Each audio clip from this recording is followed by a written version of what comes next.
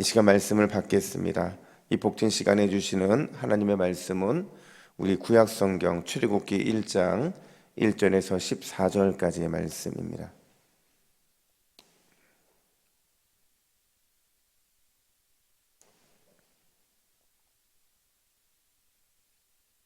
구약성경 82면에 있는 출애굽기 1장 1절부터 14절까지의 말씀, 엑소더스 새로운 길로 인도하시다라는 제목으로 오는 말씀을 받겠습니다.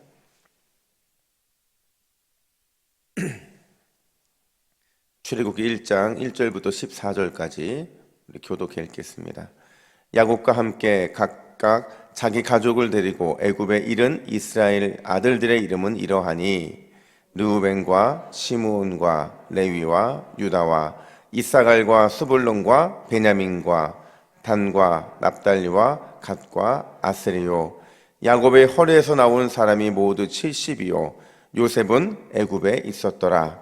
요셉과 그의 모든 형제와 그 시대의 사람은 다 죽었고 이스라엘 자손은 생육하고 불어나 번성하고 매우 강하여 온 땅이 가득하게 되었더라. 요셉을 알지 못하는 새 왕이 일어나 애굽을 다스리더니 그가 그 백성에게 이르되 이 백성 이스라엘 자손이 우리보다 많고 강하도다. 자, 우리가 그들에게 대하여 지혜롭게 하자. 두렵건대 그들이 더 많게 되면 전쟁이 일어날 때에 우리 대적과 합하여 우리와 싸우고 이 땅에서 나갈까 하노라 하고 감독들을 그들 위에 세우고 그들에게 무거운 짐을 지어 괴롭게 하여 그들에게 바로를 위하여 국고성 비돔과 라암셋을 건축하게 하니라. 그러나 학대를 받을수록 더욱 번성하여 퍼져 나가니 애굽 사람이 이스라엘 자손으로 말미암아 근심하여 이스라엘 자손에게 이를 엄하게 시켜 어려운 노동으로 그들의 생활을 괴롭게 하니 곧 흙 이기기와 벽돌 굽기와 농사의 여러 가지 일이라. 그 시키는 일이 모두 엄하였더라. 아멘. 여러분, 오늘부터 저희가 또 어느 정도 시간이 지날지는 모르겠지만 우리 출애굽기를 가지고 함께 이 새벽에 나누기를 원하는데요. 여러분들은 출애굽하면 뭐가 가장 먼저 떠오르세요?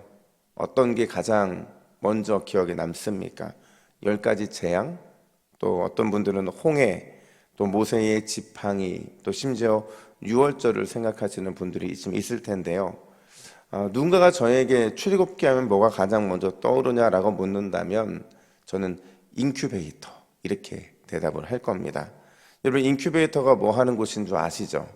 보통 이 미숙한 신생아를 키우는 그 기계 장치를 우리는 인큐베이터라고 하는데요. 저도 첫째와 둘째 우리 황달 때문에 한 1주 혹은 2주 정도 인큐베이터에 있었던 것 같아요. 근데 이제 제가 첫째 낳고 저희 아내랑 인큐베이터에 매일같이 그 지금의 이 원소 같은 아들을 보러 다녔었는데 불쌍한 거예요. 볼 때마다 눈은 거즈로 가려져 있고 또 엄마 아빠 손도 닿지 않는 그곳에서 혼자서 울고 혼자서 또 이렇게 뭐 지내는 걸 보면서 마음이 짠한 거예요. 근데 이제 인큐베이터는 생각해 보면 아이에게는 가장 좋은 장소예요. 물론 엄마의 품이 가장 좋겠죠. 근데 엄마의 품에 있을 수 없는 상황이라고 한다면 이 아이에게 가장 좋은 장소, 최적의 정서는 바로 인큐베이터라고 할 수 있죠. 왜냐하면 그 안에만 들어가면 미숙했던 아이들이 완숙해지고 연약했던 부분들이 제대로 강해질 수 있기 때문에 그렇다 하는 겁니다. 여러분, 야곱의 가족들이요, 애굽으로 옮길 때 그들은 굉장히 미숙한 민족이었어요. 미숙한 사람들이었고 미숙한 가족들이었죠. 그들에게 있어서 애굽에서의 그 생활들은 완숙해가는 과정이었고 또 강한 민족으로 성장할 수 있는 그런 계기가 되었다라는 겁니다. 그런 의미에서 저는 출애굽하면 뭐가 떠오른다고요? 인큐베이터가 떠오른다고 말씀을 드린 거예요. 여러분, 오늘 본문은 이렇게 시작을 해요. 우리 1절 말씀을 같이 읽습니다. 화면 보시고 읽습니다. 시작. 그리고 야곱과 함께 각각 자기 가족을 데리고 애굽에 이른 이스라엘 아들들의 이름은 이러하니. 아멘. 여러분, 우리 한글 성경에는 없는데 원래 원문에 보면 그리고라는 단어로 시작을 하고 있어요. 이 그리고라는 단어가 주는 의미가 뭘까요? 그리고는 왜 그리고 붙은 거예요? 앞에 창세기하고 뒤에 이어지는 출애굽기가 연속된 사건이고 이어지는 이야기라는 것을 말해주고 있는 겁니다. 여러분, 창세기의 마지막이 야곱 가족의 이야기로 끝을 냈어요. 그러면 그게 단절되지 않으려면 출애굽기에는 뭐가 등장을 해야 돼요? 야곱의 가족들의 이야기가 등장을 한다는 겁니다.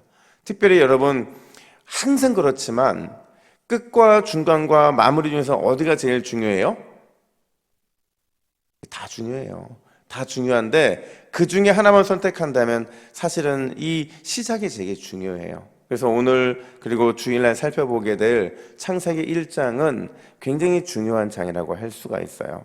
특별히 오늘 본문의 중간쯤에 보면 갑자기 좋았던 분위기가 싸늘해지는, 그런 싸해지는 이런 표현이 등장을 하는데 우리 6절 말씀을 같이 읽습니다. 6절입니다. 시작. 요셉과 그의 모든 형제와 그 시대의 사람들은 다 죽었고, 또 8절도 읽어볼까요? 8절입니다. 시작. 요셉을 알지 못하는 새 왕이 일어나 애굽을 다스리더니. 여러분, 이걸 한마디로 바꿔보면 이런 겁니다. 과거는 잊혀졌고 새로운 세대가 되었다. 과거는 잊혀졌고 이제 새로운 세대가 되었다라는 겁니다. 이 표현은 이제 어려운 일이 발생할 것이고 이제 무엇인가 그들이 준비하지 않으면 큰 시험을 당하게 된다는 것을 지금 암시해주고 있는 표현이라 할 수 있는데, 저는 이런 질문을 던져봤어요. 여러분, 왜 하나님은 애굽의 요셉을 알지 못하는 새 왕조를 일으키게 하신 것일까 하는 겁니다. 그렇잖아요. 그냥 그 민족이 거기에서 자리 잡고 잘 살게 하면 되는데 왜 하나님께서는 애굽의 요셉을 알지 못하는 새 왕을 일으켰고 그를 중심으로 새 왕조를 일어나게 만든 것일까? 그게 출애굽기를 접하면서 우리에게 잊지 말아야 될 두 가지의 질문, 두 가지 답을 제공해주고 있다는 거예요. 첫 번째가 뭐냐면 하나님은 약속을 이루시는 하나님이라는 사실을 보여주기를 원하셨다라는 겁니다. 여러분, 앞에서 말씀드린 것처럼 야곱의 가족들은 기근을 피해서 애굽에 왔어요. 그 기근을 피해서 애굽에 와서 정말 행복하게 잘 살았어요. 근데 얼마나 그 삶이 행복했는지요. 여러분 7절 말씀을 보세요. 7절 말씀을 보시면 이스라엘 자손은 생육하고 불어나 번성하고 매우 강하여 온 땅에 가득하게 되었더라. 아멘. 오중강조예요. 오중강조. 보세요. 생육했다, 불어났다, 번성했다, 매우 강했다, 온 땅에 가득했다. 여러분, 이렇게 오중강조가 등장하는 내용이 성경에는 없습니다. 지금 이 출발 시작점을 하나님께서 그들에게 얼마나 강력한 이 복을 주셨는지를 보여주는데, 이거를 5가지를 한마디로 말하면 자자손손 잘 먹고 잘 살았다는 거예요. 몇 년 동안요? 430년 동안 그렇게 잘 먹고 잘 살았다는 겁니다. 근데 중요한 게 있어요. 여러분, 왜 하나님은 그들에게 이런 복을 주셨을까요? 왜 이런 복을 주셨을까요? 그 이유는 뭐냐면 하나님의 약속, 그 약속이 이루어졌다는 것을 보여주기 위해서라는 거예요. 하나님의 약속이 지금 이스라엘 백성들을 통해 이루어졌다라는 겁니다. 그러면서 오늘 본문에서 진짜 잊으면 안 되는 표현 하나가 등장하는데 그게 뭐냐? 5절 보세요. 5절 보시면 야곱의 허리에서 나온 사람이 모두 70이요 이렇게 말을 하고 있어요. 그러니까 하나님의 약속을 떠올리게 하면서 지금 쓰는 표현이 야곱의 허리라는 거거든요. 여러분, 이스라엘, 그러니까 야곱의 후손들, 자손들이 어디에서 나왔냐면 바로 이 야곱의 허리에서 나왔는데, 이 야곱의 허리라는 표현이 어떤 표현이냐면 환도뼈라는 표현입니다. 똑같은 표현이에요. 넓적다리거든요. 이번에 환도뼈, 이거 어디서 많이 봤죠? 어디서 봤어요? 야곱이 야복나루에서 하나님의 사람에게 이제 이 환도뼈를 맞아서 환도뼈가 위골된 사건이 발생하잖아요. 그 다음부터 야곱의 걷는 게 어땠어요? 절었다 이렇게 말을 해요. 그래서 이제 그 심줄을 먹지 않았다 이런 표현 등장을 하잖아요. 그러니까 이게 무슨 얘기냐면요, 야곱의 허리 환도뼈에서 70명이 나왔다는 건 무슨 얘기냐? 하나님께서 야곱의 연약함 가운데서도 그 저는 모습 가운데서도 그 후손들을 어떻게 하셨다고요? 번성하게 하셨다. 번성하게 하셨다. 지금 그걸 보여주고 있는 거죠. 사실 여러분, 야곱 가족의 이 번성케 됨은요, 어디로 거슬러 올라가야 되냐면 아브라함까지 거슬러 올라가야 됩니다. 아브라함을 부르시고 그에게 후손의 약속을 하시면서 창세기 15장 5절은 이렇게 말을 해요. 하늘을 우러러 무뼈를 셀 수 있나 보라. 내 자손이 이와 같으리라. 여러분, 이 약속이 드디어 애굽에 있는 야곱의 후손들을 통해서 성취되고 있는 겁니다. 그 약속이 성취되는데 처음에는 70명이었어요. 근데 우리가 출애굽할 때 인원을 세보면요, 그 70명이 출애굽에 나올 때 몇 명으로 바뀌는 줄 아세요? 장정만, 남자 장정만 60만 명이에요. 그러면 여자들과 아이들까지 합치면 몇 명일까요? 아주 최소한으로 잡아도 200만이 넘는다는 거죠. 200만이 넘는 거예요. 그러니까 70명밖에 안 됐는데 부산 시민들의 지금 370만 된다고 하더라고요. 그러니까 부산 시민들보다 조금 적은 숫자로 변한 거예요. 몇 년 만에요? 430년 만에. 4대가 지났는데 4대가 지나고 나서 보니까 너무나도 많은 인원들로 이 대민족으로 변하게 된 거죠. 결국 여러분, 위골된 이 환도뼈, 인간의 연약함, 그 가운데서 대민족이 나왔다는 건 무슨 뜻이냐면 인간의 그 연약함과 상관없이 하나님은 신실하게 그 약속을 지키시는 주권적인 역사의 주인이셨다라는 사실을 보여주고 있는 겁니다. 여러분, 우리는 가끔 그런 생각을 하잖아요. 하나님, 왜 저를 이렇게 연약하게 만드셨어요? 나를 왜 이렇게 부족하게 만드셨어요? 왜 나에게는 이렇게 풍족함이 없는 겁니까? 늘 이렇게 기도할 때가 있는데요. 여러분, 우리 하나님은 그래서 필요하신 거예요. 우리 하나님은 우리의 연약함을 통해서 반드시 그 약속을 이루어 가시는 놀라우신 하나님이신 줄로 믿습니다. 그래서 우리 수요일날 우리 최경수 목사님 설교하실 때 창조주 말씀하셨잖아요. 그러니까 우리 하나님이 손을 대는 것들마다 다 새로워지는 거예요. 새로워지고 창조되는 그 놀라운 역사를 보게 되는 것이죠. 우리가 출애굽기를 접하면서 절대로 잊으면 안 되는 사실, 하나님은 창조주시라는 사실이에요. 실수가 많았던 아브라함도, 또 소심했던 이삭도, 잔머리로 늘 하나님 앞에서 그렇게 어리석게 살았던 야곱도, 버림받았던 요셉도 하나님은 그들을 통해 신실하게 자신의 그 언약을 이루어 가셨다는 사실입니다. 성경에 등장하는 그 누구도 완벽한 사람 없고요, 그렇게 대단한 사람 없어요. 하나님의 그 약속 때문에 그들이 대단해진 것이고, 그 약속 때문에 하나님은 놀라운 일들을 이루신 겁니다. 여러분, 오늘도 연약한 우리의 삶을 통해서 주님은 신실하게 그분의 약속을 이루어 가실 줄로 믿습니다. 뿐만 아니라 두 번째로 우리가 창세기를 보면서 늘 잊으면 안 되는 게 있어요. 그게 뭐냐면 하나님을 바라보고 하나님만 의지하는 법을 배워야 한다라는 사실입니다. 여러분, 아까도 제가 말씀드렸지만 그런 의문이 들었어요. 왜 하나님은 정말 애굽에서 잘 먹고 잘 살고 있는 이스라엘 백성들을 그냥 거기에 가만히 내버려 두지 않는 것일까? 굳이 출애굽시켜야 되는 이유가 왜 있었을까 하는 거죠. 뭐 본질적인 이유들은 있을 거예요.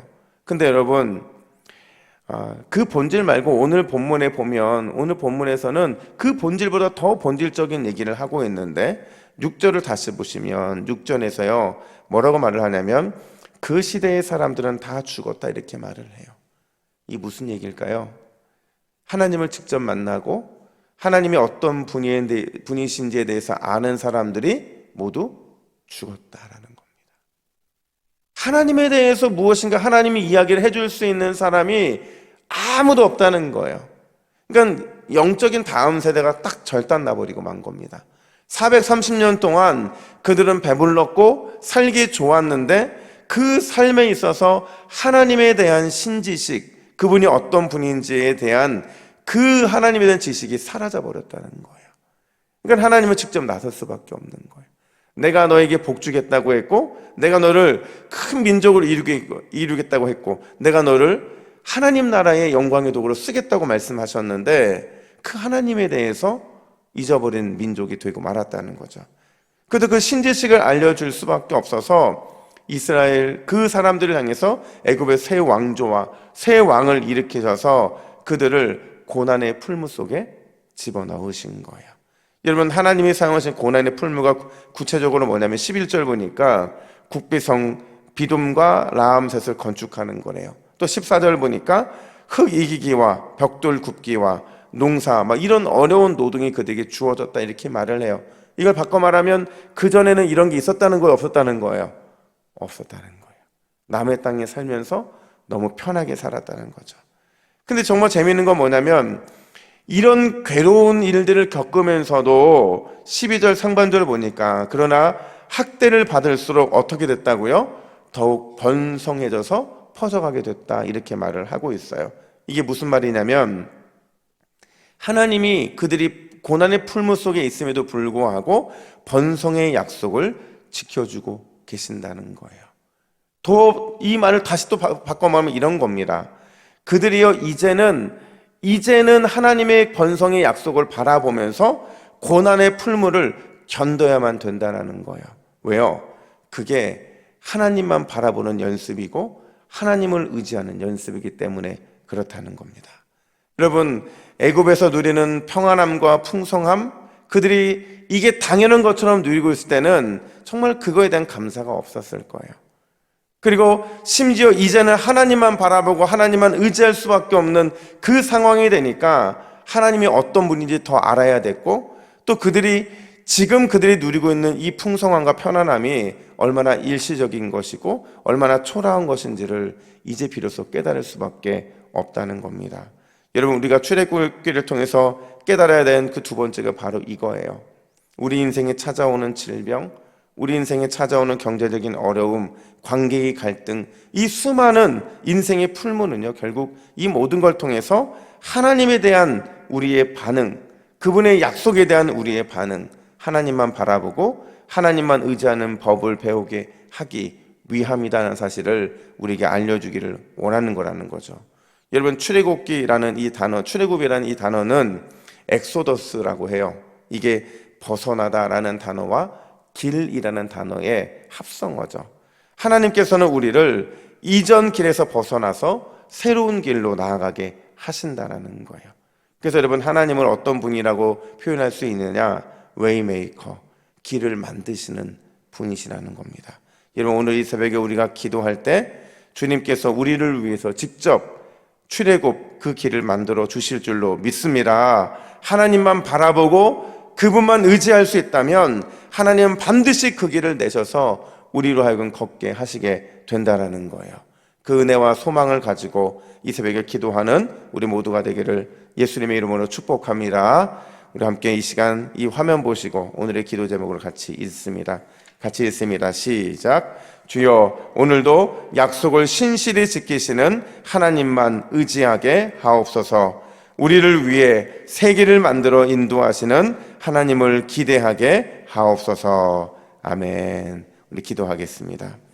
하나님 아버지, 세월이 지나도 하나님은 반드시 그 약속을 신실히 지키시는 하나님이신 줄로 믿습니다. 그 신실한 하나님이 계시기에 우리는 하나님만 의지하게 하여 주시고 우리를 위해 길을 만드시는 그 하나님 앞에 부르짖으며 기도하며 믿음으로 온전히 주님만을 바라보는 우리 모두가 될 수 있도록 인도하여 주시옵소서. 하나님, 주님을 바라볼 때 반드시 소망이 있는 줄로 믿습니다. 주님을 바라볼 때 반드시 주님에 대한 믿음의 그 은혜가 회복될 줄로 믿습니다. 오늘 이 새벽이 바로 그런 새벽 될 수 있도록 주께서 인도하여 주시옵소서. 감사드리며 예수님의 이름으로 기도하옵나이다. 아멘.